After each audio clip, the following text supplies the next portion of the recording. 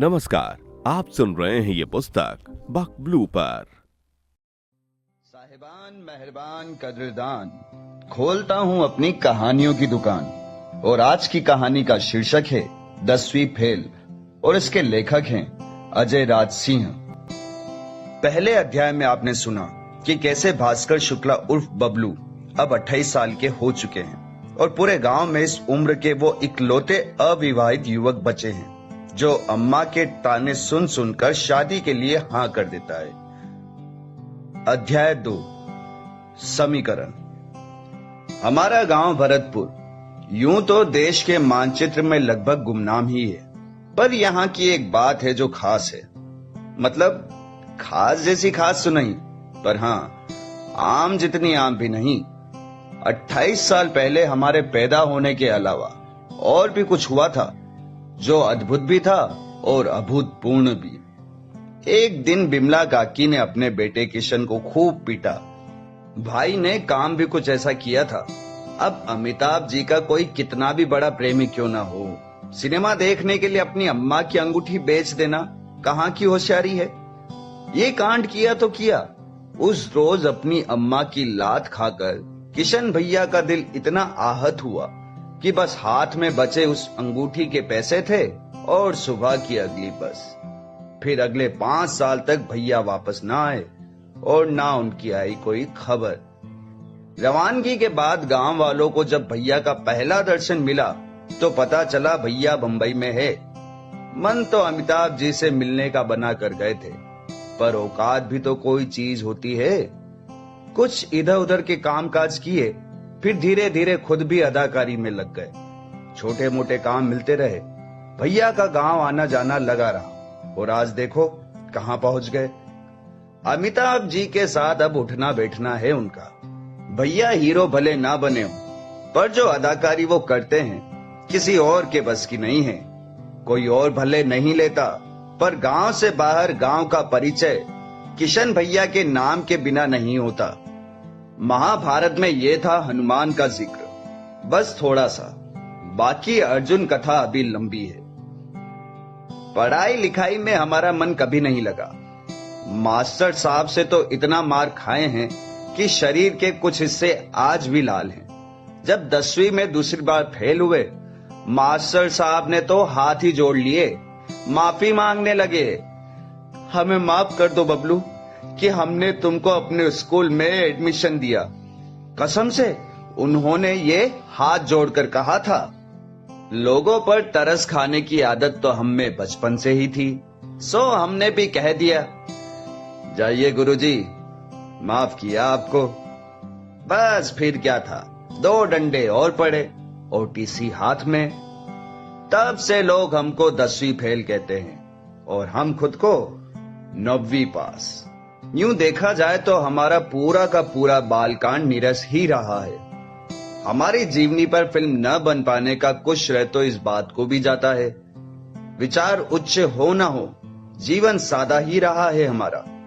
किसी से शिकायत नहीं कर रहे हैं। कोशिश बस इतनी सी है कि आगे की कहानी के लिए प्रस्तावना बन जाए।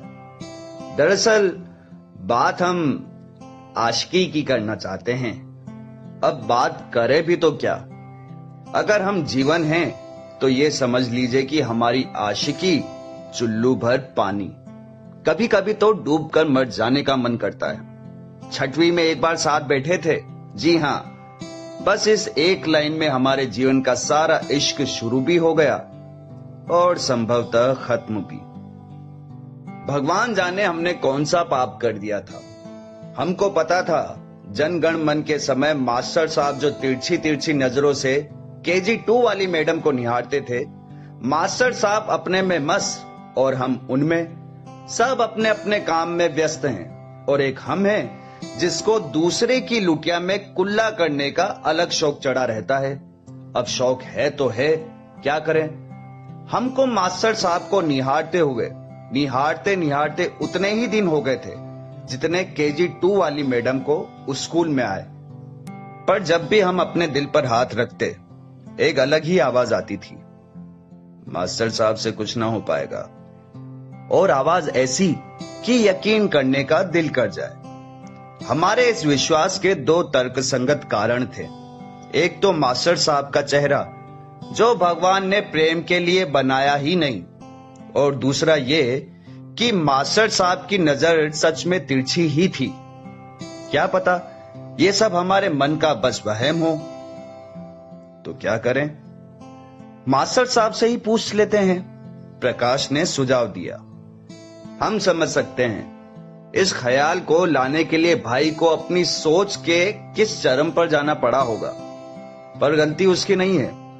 एक तो उम्र कम, उस पर बुद्धि हल्की हल्की मंद। भाई और कुछ सोचता भी तो क्या। घर से आखिरी विदाई लेके निकले हो काबे। जब लाठीचार्ज होगा ना, कोई पानी भी नहीं पूछेगा। मास्टर साहब मारेंगे अलग और फाड़ेंगे अलग, डब्लू तपाक से बोला। गीता के ज्ञान से कम नहीं थी डब्लू की ये बातें। प्रकाश की गति से भी तेज, सीधे दिल पर उतरी थी, और इसका असर भी कुछ देर तक रहा, बराबर रहा। हम तीनों चुप भी रहे, जब तक प्रकाश को अगला तूफानी ख्याल नहीं आ गया। हाँ तो मैडम को जाके सब बता देते हैं। भगत सिंह की कहानी पढ़ के आए हो काबे? डब्लू उत्तेजित हो उठा। अब हमारी और डब्लू दोनों की नजर प्रकाश पर थी। नहीं तो शहीद होने का शौक काहे चढ़ा है? और हम दोनों तुमको का राजगुरु और सुखदेव दिख रहे हैं? डब्लू बड़बड़ाने लगा।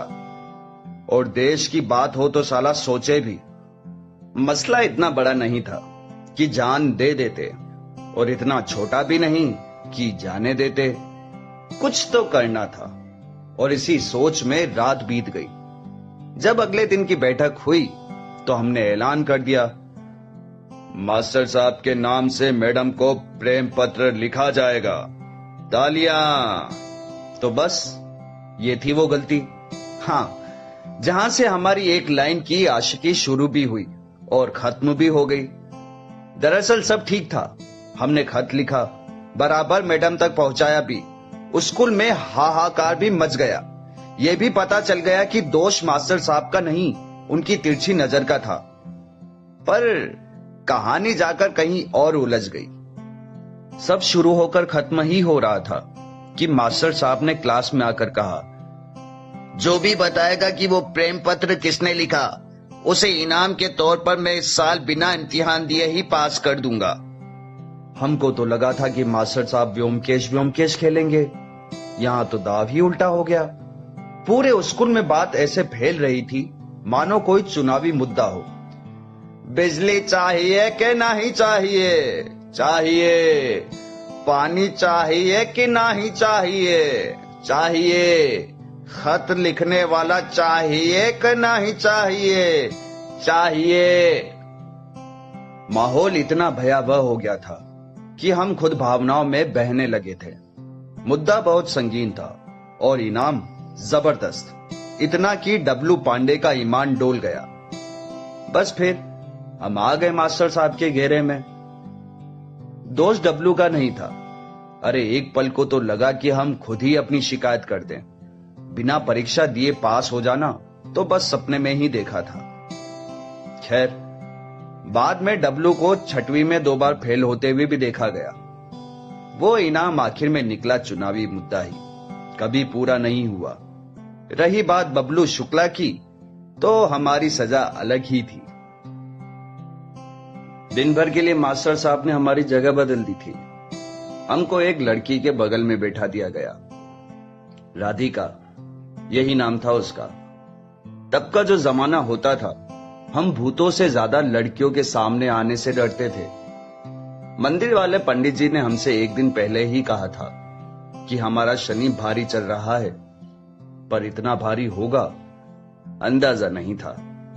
हम मास्टर साहब के सामने गिड़गिड़ाते रहे कि भले मार मार के कोई अंग लाल कर दें तो कर दें, पर ये सजा ना दें। पर उस निर्दयी के अंदर काहे की करुणा और काहे का रहम। मास्टर साहब की सजा ने हमको लाल तो कर दिया था, पर शर्म से। सरकारी स्कूल में पढ़े लोग लोहे की बेंच के कोने का दर्द समझते होंगे।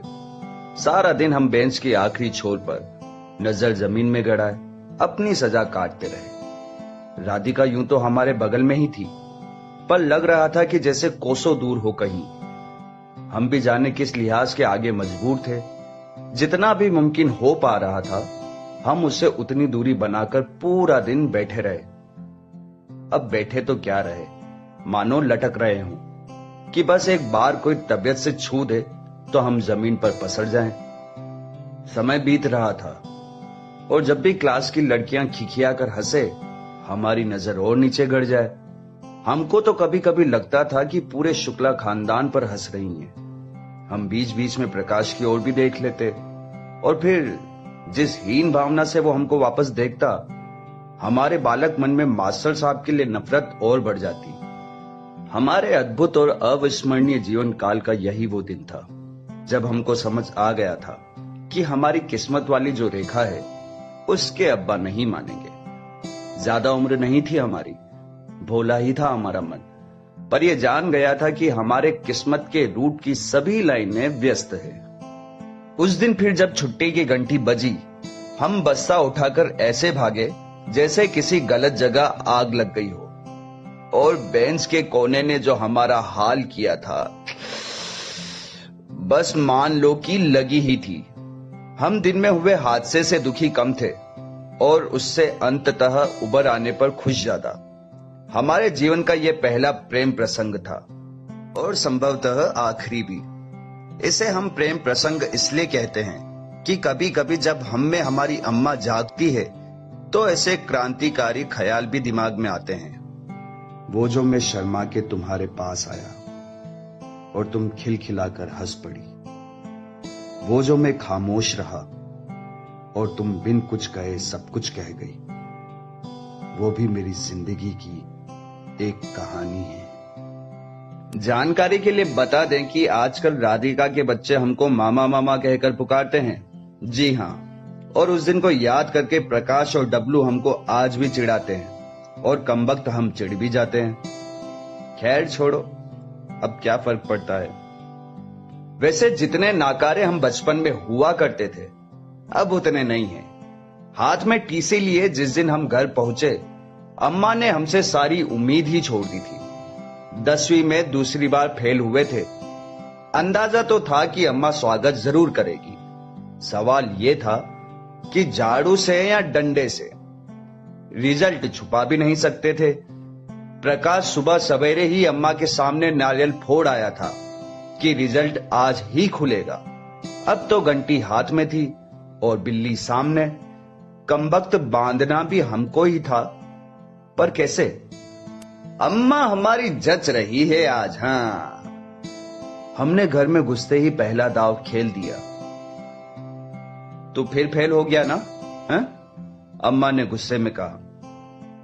अब जो हम सड़क भर सोचकर आए थे कि कैसे बात को घुमा देंगे, वो तो कहीं सड़क पर ही छूट गया।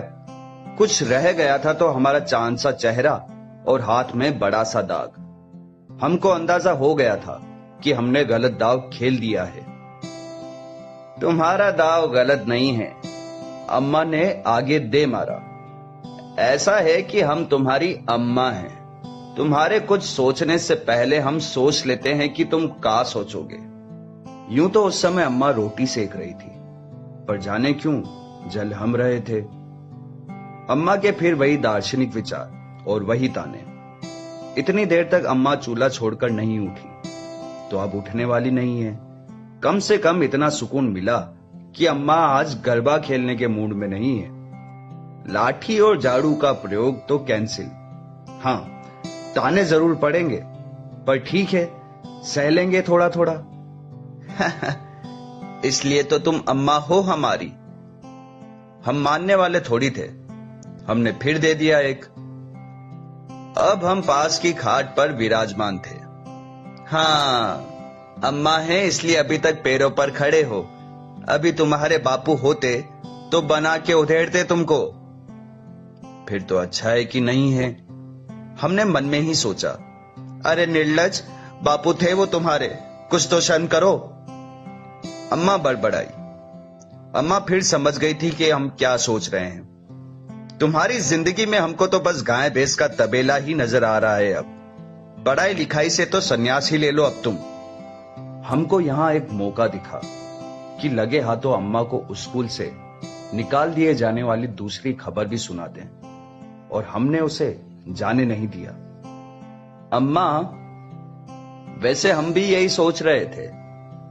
हम धीरे से बोले कि अब कुछ काम धंधे करें। आखिर रखा ही क्या है पढ़ाई लिखाई में, कुछ होना जाना तो वैसे भी नहीं है।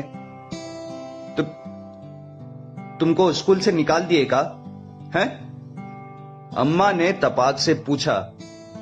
अरे यार, हमको नहीं खेलना है, हम भिन भिनाए, तुम पहले ही सब जान जाती हो। अम्मा के चेहरे पर एक कुटिल मुस्कान आ गई। ऐसे ही अम्मा थोड़ी कहते हैं हमको। मतलब आज आखिरी उम्मीद भी खत्म। लगता है हमारी सारी उम्र तुम्हारे बापू के पेंशन पर ही कटेगी। कटने दो। कुछ चीजें होती है जो हम चाहते हैं कि हमारे हिसाब से चले, पर अक्सर उन्हीं पर हमारा बस नहीं होता। हमको लगा कि हो गया, पर ऐसे भी भला होता है कभी? अभी तो अम्मा का रेडियो मोड बाकी था। दरअसल हर 2-4 दिन में एक बार अम्मा इस मोड पर आ ही जाती है। अरे बहुत आसान है सच में। किसी बात को लेकर बस बोलते रहो, और कुछ भी, कोई सुने ना सुने, कोई मतलब निकले ना निकले, बस बोलना है। और बोलना भी क्या, बड़बड़ाना है। पढ़ाई तो गई, हमको तो बचपन से ही लक्षण दिख रहे थे तुम्हारे, और कह रहा है काम धाम कर लें। अरे कौन सा काम करेगा? घर के काम बोल दो तो मौत आ जाती है। बिमला का लड़का तुमसे 3 साल छोटा है और अब कॉलेज जाएगा। शहर में कमरा भी देख आया है। 3 दिन से कह रहे हैं कि गेहूं पिसवा दो, पर क्यों? अरे क्यों पिसवाएं? राजा साहब गेहूं पिसवाने के लिए थोड़ी ना पैदा हुए हैं। लगा तो रखी है एक दासी, सब काम करती है तो ये भी करेगी। और एक तो हमारी आंख सूरज कम वक्त चांद जैसा दिखने लगा है। और रेडियो चलता रहा। बहुत सी चीजों में हमारा मन नहीं लगता, ये तो हम भी मानते हैं, पर एक बार जिसमें लग गया तो फिर बवाल समझ लो। हमारा बचपन का एक सपना था कि स्कूल में एक दिन आग लग जाए, और आग लगे सो लगे, हम फिल्मी हीरो जैसे सारे बच्चों को बचा अलग लें। आखिरी में कहीं मास्टर साहब पड़े हों लपटों के बीच में, गिड़गिड़ाते हुए, मुझे बचा लो बबलू, भगवान के लिए मुझे बचा लो। निर्दयी मास्टर। हमारे सिर के पीछे से एक अद्भुत रोशनी निकल रही हो, और आगे हम गुरूर में कहें, इन आग की लपटों में आज स्कूल नहीं जल रहा है, यहां तुम्हारा अहंकार जल रहा है। यहां जल रहे हैं तुम्हारे सितम, जो तुमने मासूम बच्चों पर किए हैं। तुम समझते हो कि तुम इस अग्नि से निकाल लिए जाने के लायक हो? कभी नहीं। देखो इन मासूम बच्चों के चेहरे को। ये इस भीषण आग से बच जाने पर खुश नहीं है। इनकी खुशी का कारण तो खुद ये आग है, और तुम्हारा ये हाल। इन भोले भाले बच्चों को प्रताड़ित करने का जो पाप तुमने किया है, ये सब उसका नतीजा है। और उस दिन इतना ही सपना देखा था कि हमको अम्मा की चीख सुनाई दी। अब नींद जो है सपनों के साथ उड़न छू हो गई। हम भागे अम्मा के पास। वहां पहुंचे तो देखा कि आग सच में लगी थी, पर हमारी अम्मा के कमरे में। हम जैसे तैसे अम्मा को कमरे से बाहर लेकर आए और गांव वालों को बुलाया। आग पर काबू पाते पाते अम्मा का पूरा कमरा और हमारा आधा घर समझ लो खाक हो गया था। गांव वालों में मास्टर साहब भी थे। भगवान का शुक्र है, मास्टर साहब ने आकर कहा, कि तुम दोनों ठीक हो, सब ठीक हो जाएगा। यहां हमको तो कुछ और ही दिखाई दे रहा था, जैसे मास्टर साहब के सिर के पीछे से वही अद्भुत रोशनी निकल रही हो। देखा बबलू, ये सब तुम्हारी ही उद्दंडता का नतीजा है। मैंने तुमको हमेशा से सिखाया कि कभी किसी का बुरा मत सोचो, पर तुमने मेरी बात कभी नहीं मानी। ये आग अपनी किस्मत में तुमने खुद ही लिखा है। शायद सही भी था, पूरा नहीं तो आधा ही सही। हमने आग को अपनी किस्मत में लिखा हो न हो, आग से अपनी किस्मत जरूर लिख दी थी। हमने अपनी अम्मा के साथ मिलकर अपना घर दोबारा बनाया। समय लगा, पर समय के साथ हमको इसी में अपनी किस्मत दिखने लगी। 9 साल पहले हमने अपना पहला घर बनाया था अपने लिए, और अब दूसरों का बनाते हैं। बिल्डर बबलू शुक्ला कहते हैं लोग हमको। अभी आप सुन रहे थे ये पुस्तक बक ब्लू पर। आपको ये किताब कैसी लगी कमेंट में हमें जरूर बताएं। साथ ही स्क्रीन पर दिए गए सभी प्लेटफॉर्म्स पर हमको फॉलो करना ना भूलें। धन्यवाद।